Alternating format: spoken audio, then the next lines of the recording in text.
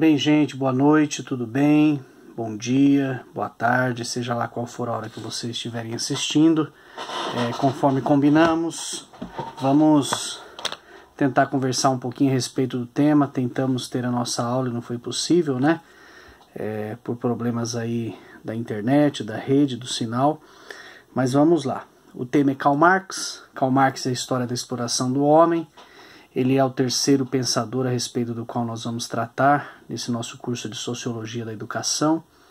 A gente tem estudado, desde quando tivemos as aulas presenciais, a respeito da Sociologia Clássica. Tratamos de Comte, do positivismo, do nascimento da Sociologia enquanto ciência. Falamos depois a respeito de Émile Durkheim. Durkheim teria sido o sistematizador da sociologia e aquele que teria assumido a responsabilidade de fazer ou de desenvolver um método científico para a sociologia em particular. E depois nós vimos a respeito de Max Weber. Max Weber que, diferentemente de Durkheim, não teria seguido a perspectivista. Há, inclusive, no capítulo que vocês estão estudando a respeito de Marx, uma brevíssima retomada, logo no comecinho, o segundo parágrafo, tentando nos situar, né, naquilo que a gente já viu e nos apresentar ao tema desta conversa, deste encontro, desta leitura. Este segundo capítulo diz assim: abordamos o modelo positivista inicialmente elaborado por Comte e depois o proposto por Durkheim, segundo o qual a sociedade se apresenta como sendo mais do que a soma de indivíduos, constituída por normas, instituições e valores característicos do social. Passamos depois por Weber, que por sua vez, numa perspectiva mais dinâmica e interpretativa, explicou os fatos sociais à luz da história e da subjetividade do agente social. Então eu sugiro que vocês, sempre que tiverem alguma dúvida, façam uma releitura dos capítulos anteriores, voltem aos pensadores, aos sociólogos clássicos tratados nos capítulos anteriores, que são, em particular, Émile Durkheim e Max Weber. Hoje vamos tratar de Karl Marx. Bem, vamos começar por uma leitura breve a respeito da sua biografia. Vamos pensar um pouquinho sobre quem foi Karl Marx, de uma maneira muito breve, de uma maneira suficiente para aquilo que nós precisamos nesse momento.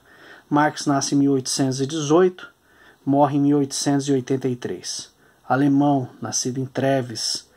Em 1836 ele vai se matricular na Universidade de Berlim. Tempos depois vai se tornar doutor em filosofia.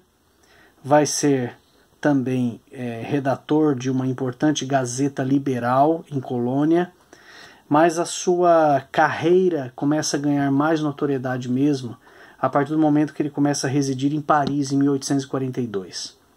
E lá em Paris ele vai conhecer uma pessoa que seria determinante na sua vida, na sua carreira intelectual, que é Friedrich Engels. Ele vai ser o seu companheiro de ideias, vai ser também o seu companheiro de publicações por toda a vida. Depois de expulso de Paris em 1845, ele segue para Bruxelas, na Bélgica, onde ele vai participar também de uma recém-fundada liga de intelectuais e militantes de matriz socialista, mas que naquele momento já ganha o nome de Liga dos Comunistas, tá? Ou Liga Comunista. E em 1848 ele escreve junto com Engels aquele que vai ser talvez a primeira obra de grande importância na carreira de Marx enquanto escritor. Estou me referindo à obra Manifesto do Partido Comunista, que nós temos publicada no Brasil por várias editoras. Eu tenho aqui uma versão, é um importante livro para a história do pensamento marxiano. Aliás, é importante a gente saber distinguir pensamento marxiano de pensamento marxista. Quando se fala em pensamento marxiano, a gente está falando de um pensamento que se reporta diretamente à obra de Karl Marx, ao pensamento de Karl Marx, a teoria de Karl Marx. Quando a gente fala em pensamento marxista, a gente está falando já diretamente daqueles que se identificam com Marx, desde os primeiros até aqueles que viriam décadas e décadas depois, tá bom? Então, há que se diferenciar uma coisa da outra. A obra marxiana, o pensamento marxiano, da obra e do pensamento marxista, que são aqueles que se identificam com Marx, tá bom? Então, Marx não era marxista, é muito importante destacar isso. Mas, de todo modo, esta vai ser, junto com Engels, né, essa vai ser a obra de Marx considerada fundadora do chamado marxismo, ou seja, daquele pensamento proveniente de uma leitura feita por intelectuais posteriores a Marx que se diziam identificados com ele. E o mais importante, vai ser também uma obra fundadora deste movimento político e social a favor do chamado proletariado, uma espécie de prole moderna, ou uma prole já dessa nascente contemporaneidade. A gente está falando da classe operária, do proletariado, daquela classe trabalhadora das primeiras fábricas, das primeiras indústrias do século XVIII para frente. Ok? Estamos pensando em século XIX, em meados do século XIX. Classe operária, proletariado.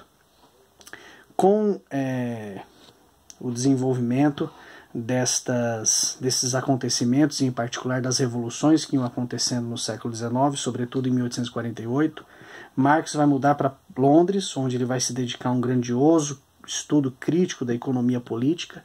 E aqui entra um aspecto muito importante do pensamento e da história intelectual de Marx. Ele não era apenas filósofo, ele não era apenas um dos importantes teóricos da sociologia, mas ele era um grande economista, um grande estudioso da economia de seu tempo, da economia de sua época.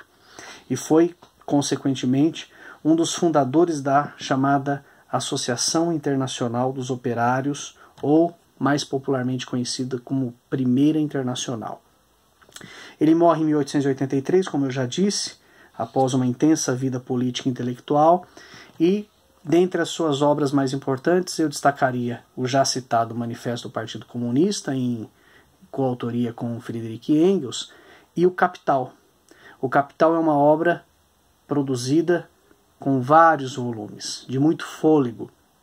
O primeiro volume, com mais de um tomo, produzido enquanto Marx ainda estava vivo, e o segundo e o terceiro volumes teriam sido publicados depois de sua morte, mas compilados pelo seu grande companheiro Friedrich Engels. Então são obras póstumas. Eu vou mostrar para vocês aqui a capa, o volume do livro 1.